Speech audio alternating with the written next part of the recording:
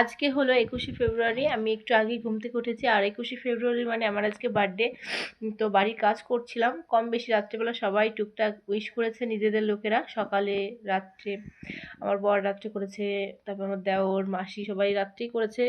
টুকটাক সবাই বেশিরভাগ আর সকালবেলা উইশ করলো। তো সবার উইশ তো পেয়েছি, বেশ ভালোই লেগেছে।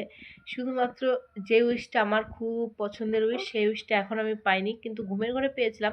ঘুমের ঘরে আমি বলেছিলাম বাবা আমার আজকে হ্যাপি বার্থডে, তো ও আমাকে ঘুমের ঘরে বলেছিল হ্যাপি বার্থডে, কিন্তু ঘুমের ঘরে বলেছে তো। আর এখন আমি একটু মানে ঘুম থেকে উঠেছে, এখন আমি ওর মুখ থেকে একটু শুনতে চাই।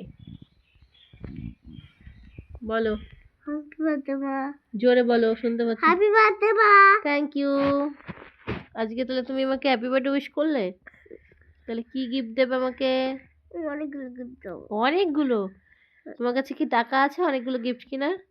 বাবার কাছে আছে। বাবার থেকে নিয়ে তারপর আমাকে গিফট কিনে দেবে? আমার কোনো গিফট লাগবে না, আমার তুমিই লাগবে। তাহলে কেক কোথায় পাবে? কেক দেখি কোথায় পাওয়া যায়, দোকানে। তুমি আমাকে ভালোবাসো তো? আমি যা বলবো শুনবে তো? একটা হাম্পি দাও জোরে সুন্দর করে।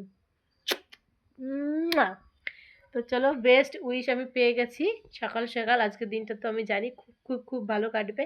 তো চলো, টাটা।